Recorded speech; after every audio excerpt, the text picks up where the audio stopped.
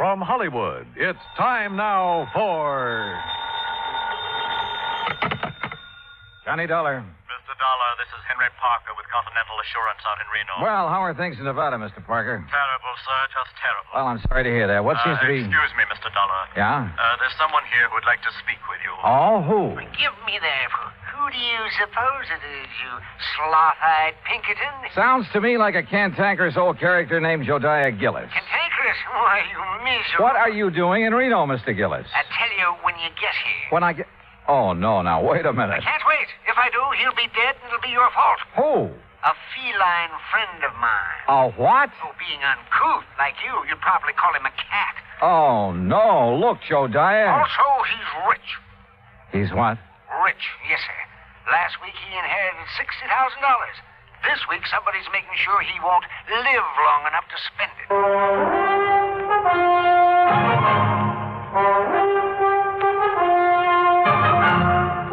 Bob Bailey in the exciting adventures of the man with the action-packed expense account. America's fabulous freelance insurance investigator. Yours truly, Johnny Dollar.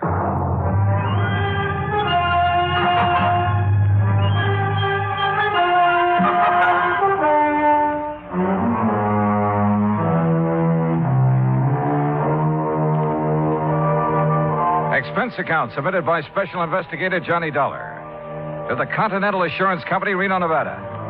The following is an account of expenses incurred during my investigation of the Felicity Feline matter. Expense account item 1, $164 air transportation, Hartford to Reno. En route, I wondered again what Jodiah Gillis was doing in Nevada. At Reno, he was on the flight deck waiting for my plane, and standing beside him, wearing a dark suit and expression to match, was a tall, cadaverous-looking gentleman. As I started down the ramp, Jodiah began calling me. Yeah, there he is. Dollar. Yoo-hoo. Hey, Johnny. Oh, hi. Afternoon, Jodiah. Well, you are a sight for sore eyes, boy. Yes, indeed, you are. Johnny, this is my friend and business associate, Henry Parker. Mr. Parker? Oh, I'm certainly glad you've arrived, sir. That's so? Yes, Mr. Gillis has been quite concerned over Felicity. The Felicity? The feline. What do you think you came out here for? Your health? Well, no. Yeah, then give Parker your checks. My checks. So what's the matter with you? The altitude affect your mind? Hand over your claim check so Parker can fetch your luggage. Sure. Here. Yeah. Go on, Parker. Go on. We haven't got all day. Whatever you say, Mr. Gillis. We'll be in the waiting room. You hurry up. Yes, sir. Oh, come on, Dollar. Come on. Jodiah, before I left Hartford, I tried to check up on this Continental Assurance Company. Nobody ever heard of it. A lot of things those white-bellied clerks in Hartford haven't heard of. But the fact is, Continental ain't exactly worldwide. Oh? In here. No, sir. It ain't nationwide either. Well, just how wide is it? Well, you know how far it is from Winnemucca to Black Butte? No. Good. It's just about that wide. Oh. And Parker is one of their agents, huh? Agents? Parker is the president of the Continental. The president? But you just... Well, you look peaked, boy. You better sit down. Phew. Jodiah, I shouldn't let the man that's paying my salary run after my bag. Pish-tash. Here, take a look at this. It's my new business card. Yeah, go on, read it. Jodiah Gillis, chairman of the board, Continental. What? Yes, sir. But Floyd's of England has always carried your policy. Carried, yes, past tense. I don't take guff from anybody, especially a ninny of an insurance agent telling me what I can insure and what I can't. You had a fight with him? Yep. My cousin Rachel, oh, she's a sweet girl. She lives in the Belgian Congo. She sent me an African anteater. Now, all I wanted Floyd's to do was insure it for $15,000. And of course they wouldn't. Nope. So you canceled all your policies and bought the controlling interest in Continental. Same as anybody else would have done. Oh, sure. And naturally, you insured this anteater. Yeah, Archie. That was his name. Was his name. What happened to him? Well, it was a terrible thing, Johnny. Oh, it was just poor old Archie. He overindulged. He did what? Yeah, he overindulged. He found a house full of termites. Oh. Yes, finally died. Acute indigestion. Too bad. But of course, Continental Assurance paid off. And of course they paid off, and with a smile. Same as they paid off the $60,000 to my feline friend, Felicity. What 60,000 to Felicity? What do you think? The 60,000 Felicity inherited from Mrs. Hammermeyer. And who is Mrs. Was. All right, was Mrs. A Hammelmeyer. client of Henry Parker's. Had a life policy for 60,000. Felicity was the beneficiary. But didn't she have any children or relatives? She had one brother, a nephew, and a niece. Oh, of course, not counting Mrs. Hawkins, who was Mrs. Hammermeyer's best friend. You see, the two ladies lived together 15 years. Right now, Mrs. Hawkins has been appointed trustee to administer the 60 grand as Felicity needs. Oh, I see. Yes, you'll meet her as soon as we get settled.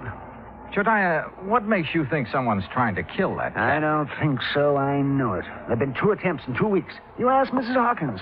She'll tell you. Mr. Gillis. Mr. Dollar. Yeah, it's about time, Parker. Well, come on, Johnny, come on. We'll take you down to the Mapes. The Mapes? The Mapes Hotel. I'm staying there. And if it's good enough for me, it's good enough for you.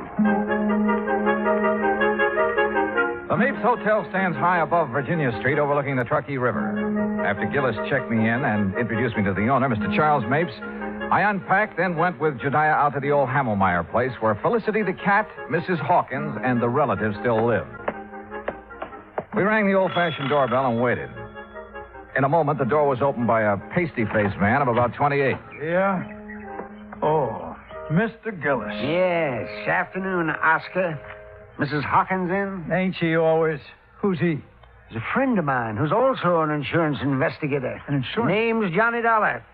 Johnny, this is Oscar Emmett, the late Mrs. Hammermeyer's nephew. Hi, I suppose you're here about that lousy cat. that's right.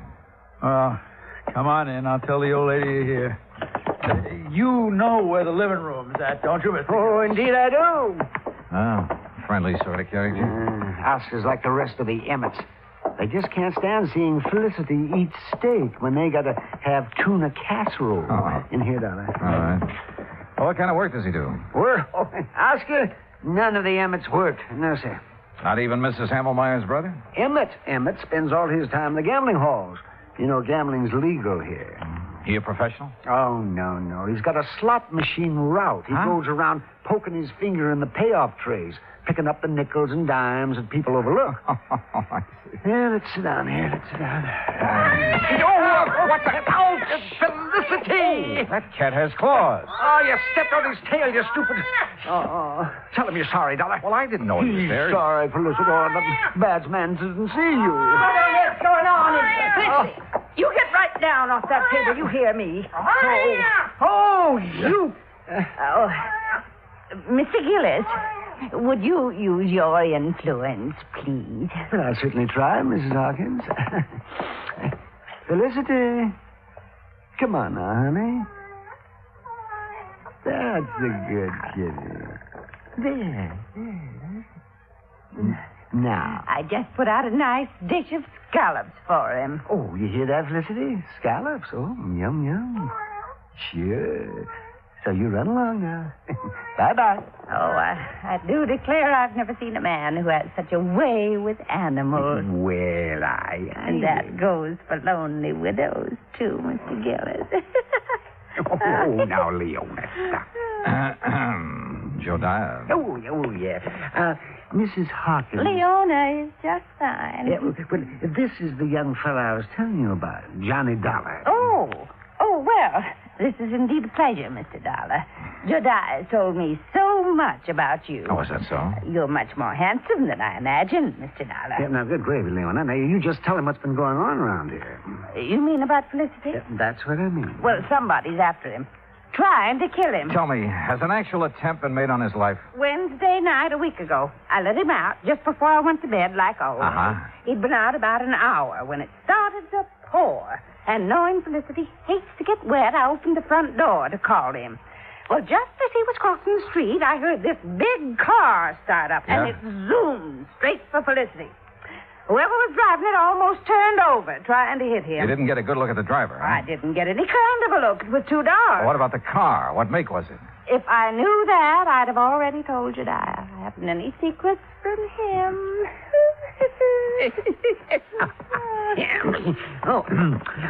Tell him about last Thursday, Leona. Felicity was poisoned. That's what the vet said. Somebody put arsenic in his lobster. Lobster? Oh, yes, he just loves it. According to the instructions Mrs. Hammelmeyer left, he's to have lobster once a week, steak 3 times, and boiled chicken every Sunday. I see. Yes, and as long as I take care of him and obey her instructions, I can live here rent-free, same as her kin, the Emmets. Uh-huh. Same as them. Mr. Gillis, just who gets Felicity's money in case he dies? The Emmett family? We aren't sure. Oh, why's that? Because Mrs. Hammermeyer left a sealed envelope to be opened only in the event of Felicity's death. Oh, the Emmets will get all that's left, Mr. Dollar, I'm sure of it. No, Leon. You mustn't look on the dark side. Well, I did rub Mildred's, Mrs. Hammelmeyer's back and bunions for a good many years. Did her marketing, so she got her medicine on time. I do hope she appreciated it. She did, Leon. You see. You dear, sweet man. Hello? Anybody home? Where is everybody? We're in the living room. Yes, I figured they'd start flocking in now it's dinner time. Dollar. Yeah? It's Joyce Emmett, the niece. She hates cats. Told me so herself. Oh. Well, evening, Mrs. Hawkins. Do I have time to take a shower before dinner? Oh, I didn't know he had company. Mr. Emmett, Joyce, you both know Mr. Gillis. Yes. Hi, Mr. Gillis. Terrible. And this is Mr. Johnny Dollar. He's investigating the trouble we've had about Felicity. After the would-be cat killer, huh, Johnny? Yeah, that's right. I'll lay 8 to 5 you never catch him. Or her. Could be a woman, you know. Oh, yes. It most certainly could. Why, Joyce, the way you say that, you act as if you want Mr. Dollar to start investigating you. Maybe I do. How about it, Johnny? Well, how do you feel about Felicity, Miss The Emmett? same as everyone else in this house. Aunt Mildred had no business leaving all her money to that creeping night crawler. Joyce. Well, he is. Mr. Dollar, just what interest do you have in Felicity? He isn't insured. Mr. Gillis sent for me, Mr. Emmett. He did? Yes, I did. Continental has a moral responsibility to see that the funds handed over to widows, children, and dumb animals are protected from swindlers, connivers, and blackguards, of which I'm sure this house has many. Why, you pompous, wrinkled old Romeo. Joyce, please, if you can't hold your tongue, leave the room. Well, what I said is the truth. Man his age getting romantic. You wait, girl. 30 years from now, you'll be mighty glad men my age can get romantic. That's telling it. Mr. Emmett. Mr. Emmett, do you share your daughter's opinion of Felicity? Why, of course I do. I'm a dog man. Besides, I can't see why she left all that money to the critter. Mrs. Hawkins has figured up what it costs to keep him like a king every week. Yes, $23. Maybe a trifle more by the time I get him out of the pretty kitty. The pretty kitty? Well, it's a beauty parlor for cats. Felicity has a standing appointment there every Friday at 1. Oh, no. $23 a week. You know how many weeks it'll take him to spend that $60,000, not counting the interest that'll add up while he's doing it? No, not exactly. No, 2,600 weeks. 50 years. And believe me, the odds of any cat living to be 50 years old, well... I'll lay you 10 to 1 he doesn't live another 6 months. Joyce. Oh, speak of the devil. Well, hello there, Felicity. Oh, did you know we were talking about you? Did you finish up all your dinner, Felicity? He sometimes doesn't eat all his scallops. Last week I gave them to Oscar. Oh, it's disgusting. Well, look at him. He thinks he owns us. What do you mean, thinks? A few minutes later, Josiah drove me back to the Mapes. Whether it was the Emmets or Mrs. Hawkins who wanted Felicity out of the way, I didn't know. But I did know we should get him out of that house as soon as possible. I changed my clothes, met Josiah and his friend Charlie Mapes in the Skyroom for dinner, did a bit of gambling, then went to bed. Must have been about 3:30 when the phone rang. Hello? Oh, Dollar, please answer me. Who is it? Mrs. Hawkins, I tried to get Mr. Gillis, but he left word he wasn't to be disturbed. Oh, well, what is it, Mrs. Hawkins? What's wrong? Oh, it's terrible. Oh, it's just terrible. What is it? What's happened? Felicity, Felicity, what? I let him out about 10, but he's disappeared. Mr. Dollar, I know he's been killed.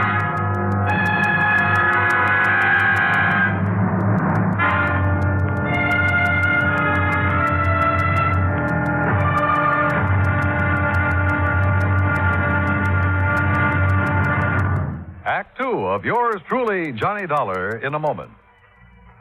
Anyone who has survived the rigors of basic training is familiar with a great variety of milk that is dished out periodically in the armed forces. Now, there's frozen milk, concentrated milk, frozen concentrate, and good old powdered milk. But sometimes supplying wholesome, fresh, real milk has been a problem when servicemen have been stationed in out-of-the-way places.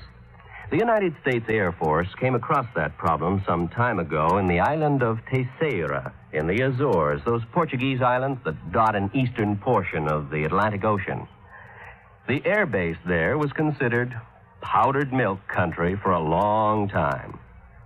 Although cattle have played an important role in the economy of the island of Terceira, the herd was badly inbred and milk production was very low. Modern milk processing was not a part of the picture. And with the help of Portuguese veterinarians, the men in the United States Air Force unit worked out a free breeding service by using a small herd of milk cows acquired in England, and the cattle there at Terceira improved. Then, a complete pasteurizing, homogenizing, sterilizing, bottling, refrigeration plant was flown in from the United States. As soon as this activity got underway, milk production began to climb steadily, and thirsty Air Force men and civilians were soon buying and drinking the new fresh milk. When economy of the island began to rise rapidly, the people were happy and grateful. You might say that a little milk of human kindness increased understanding on an island of freedom, the right of all men everywhere. And now, Act Two of yours truly, Johnny Dollar, and the Felicity Feline matter.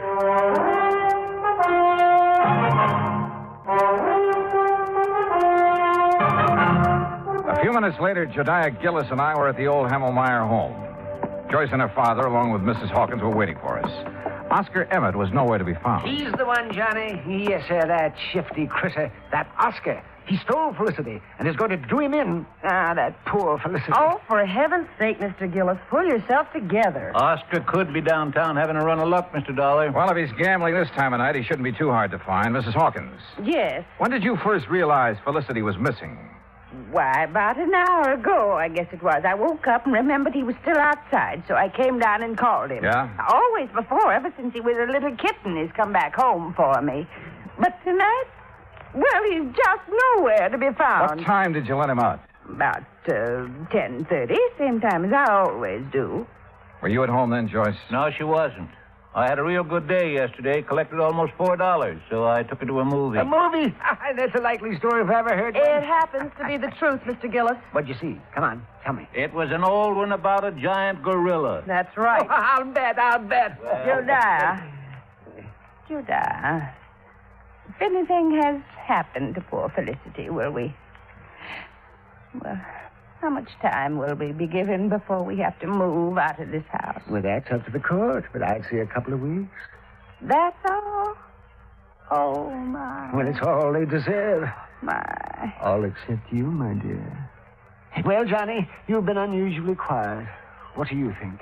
I think we'll take in the late spots, Jediah. See how our luck's running. We started at the Mapes and went down Virginia Street, stopping in at every gambling casino, hoping we'd find Oscar Emmett. Finally, we found him at one of the roulette wheels in Harold's Club. And in front of him was a large stack of chips. Take your bets, ladies and gentlemen. There's a couple of seats around here, gents. No, thanks. We'll just watch our friend. And a very lucky friend he is, too. Put these on 32 and these on... Good morning, Oscar. What? Well, what are you two doing here? We've been looking for you. That's so? What for? You know what for, you catnapper? What'd you do with Felicity? That cat. You know any other Felicity? You no good loafer? All bets are down. No, wait a minute. I wanted these chips on 13 black. Hurry. All bets are down. What? Now see what you two made me do. If that 13 hits, Well, what do you want to see me about? We told you. Felicity. You know where he is? How would I know? Where have you been since 10:30 this evening? All around town. How long have you been here? Long enough. Look out now. 13, odd, and black. Why, you see what you two clowns cost me? Taking my mind off what I'm doing. Now get out of my way. I'm cashing in. You're not doing nothing till you answer our questions, Mr. Oscar Emmett. You hear me? Oh, yeah. Oh. Hey, just a minute, Oscar. Hold back. Jediah, are you all right? Yes, I guess a fine bodyguard you'd make. Mr. Gillis, I'm sorry. I didn't really mean to hit you. Well, you sure did. Yes, sir. Well, here, let me help you up. Are you sure you're all right, Jediah? Yes, if I could just sit here a minute, I'll be fine. Okay, folks, it's all over. Let's get back to our business. Want to come over here a second, Dollar? If you say so. That crazy old fool. I didn't really mean to hit him so hard, but well, you know how it is sometimes. That was the best run of luck I had this year. Well, don't worry about Jediah. He sometimes forgets he's not as young as he used to be. You can say that again. Boy, the way he's been letting that Mrs. Hawkins make a fool of him. How do you mean? Oh, you know. Telling him how much she's in love with him, how nice it'll be after they're married, you know. You heard her say this? Sure. You see, my room's on the first floor just off the parlor. And I can't help but hear what's going on. Uh-huh. Well, what makes you think Mrs. Hawkins isn't sincere? Because she's been given the same line to Mr. Emmett. Oh. Only she really loves him. Oh, yes, sir. Sometimes he argues with her and she breaks out crying. Now, that's something no woman like her could fake. Yeah. Maybe you're right. I didn't tell Jediah what I'd learned from Oscar. At least not then. The wind had already been taken out of his sails. So I took him back to the Mapes. I made sure he was going to be all right. Then I returned to the old Hamelmeyer house. Joyce, Mr. Emmett, and Mrs. Hawkins were out in the yard hunting for Felicity. Hi, Johnny. Well, how is so? We've got some coffee inside if you're interested. Coffee? Sure. But have you found any sign of Felicity? Not yet. Poor Miss Hawkins, she's about to go out of her mind. Uh-huh. Did you find Oscar last night? Yeah. He's been having a session downtown at a roulette table. That's what I thought. Johnny? What will happen if we don't find Felicity? I mean, if he's just run away, we won't be able to prove he's dead. And the money... Well, what will happen? Do you know? Well, I imagine there'll be a waiting period, and then the court will declare Felicity dead, and the money will go wherever Mrs. Hamelmeyer has willed it. Mm-hmm. Oh, I sure wish I knew what's in the envelope Mr. Gillis has locked in his office. Mrs. Hawkins! Joyce! Mr. Dollar! What is it, Dad? In here, quick! Johnny, he's found something in the garage. Come on. The garage was about 25 yards from where we'd been standing. We made it nothing flat. Inside, toward the back and on the ground, was a small hatchet. And near the hatchet was some blood and cat fur. Oh, Johnny. Oh, no. Poor Felicity. Oh, the poor thing. Well, it looks like he met his end here, and then whoever did it carted him away, Dollar? Looks that way. Johnny, take me out of here. Yeah, sure, Joyce. My goodness, so ashamed. And you know I hated that cat. I really wanted him dead, but not like this. Not... Oh, hey, come on now. I know it's silly of me, isn't it? No, I don't think it is. Oh, Mr. Dollar, Yes, ma'am. will you be kind enough to notify Mr. Gillis? I'm afraid I just couldn't speak about it over the telephone. Of course. I'll be glad to. I drove Jediah's car back to the hotel. I made sure he was feeling better, then told him what we'd found in the garage. Naturally, he wanted to call out the police reserves, but I managed to talk him out of it. At 10 o'clock, I made some telephone calls to the local banks. When I got the information I'd been after, Jediah and I again drove out to the Hamelmeyer house. Well, I expected you two gentlemen a couple of hours ago. Sorry, Mrs. Hawkins. I had some things to take care of. Oh, well, come in. What's the matter with... Why, Jediah Gillis, you've been fighting. So I have, woman. So I have. Sweet darling, and at your age... Seems like I've been doing a lot of crazy fool things at my age. Now, just what do you mean by that? You know very well what. Pulling the wool over my eyes. Let me think that I'd found a true sweetheart at last. Oh, you miserable Jezebel. Dollar, whatever is he talking about? How about you and Mr. Emmett? And how you plan to use Jediah's friendship to get you out of trouble in case your little scheme failed? Well, I still don't understand. No? Well, suppose I tell you that you did away with Felicity yourself. Why, you can't prove that. I won't need to. Jediah's having a copy made of all your bank deposits since the time you moved in with Mrs. Hammelmeyer 15 years ago. And started taking care of her by paying her bills, ordering her food and medicine, and pocketing a good share of the money for yourself. Well, why shouldn't I have? She didn't give me 1 cent of salary. Oh, I know. And your bank balance shows you have $47,000 on deposit. All right. All right. But I'll pay it back. You'll see. Oh, they won't be able to do a thing to me. No, sir. Mildred Hammelmeyer appreciated me even if nobody else did. Or does. You'll see.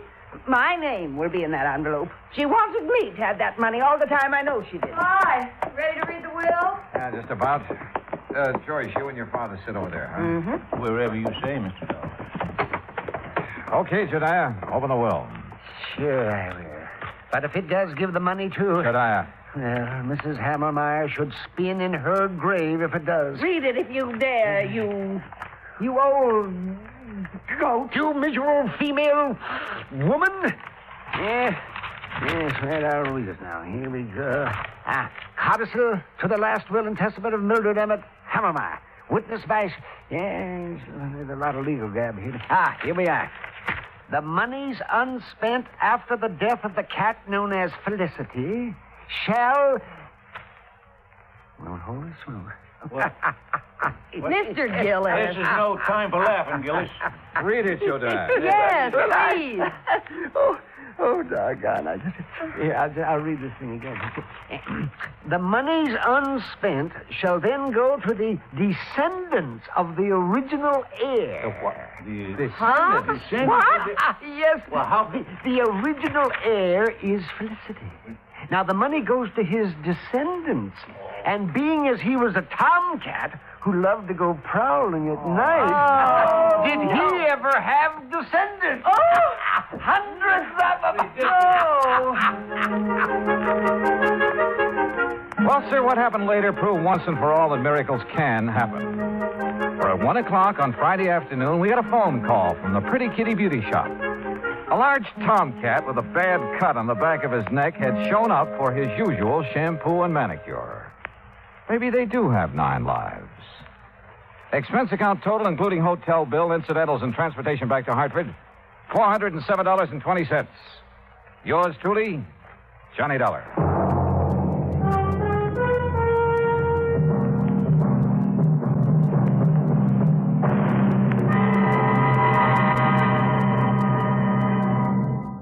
Now, here is our star to tell you about next week's story. Next week, an actor who talked nothing but Shakespeare and who talked himself into his grave.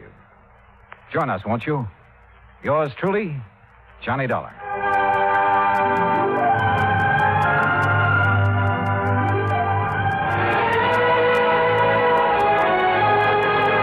For the past 55 minutes, you've been listening to the best of radio drama, with suspense and Johnny Dollar. Be sure and join us again tomorrow night at the same time, 9:05, when FEN presents The Phil Harris Show and The Life of Riley.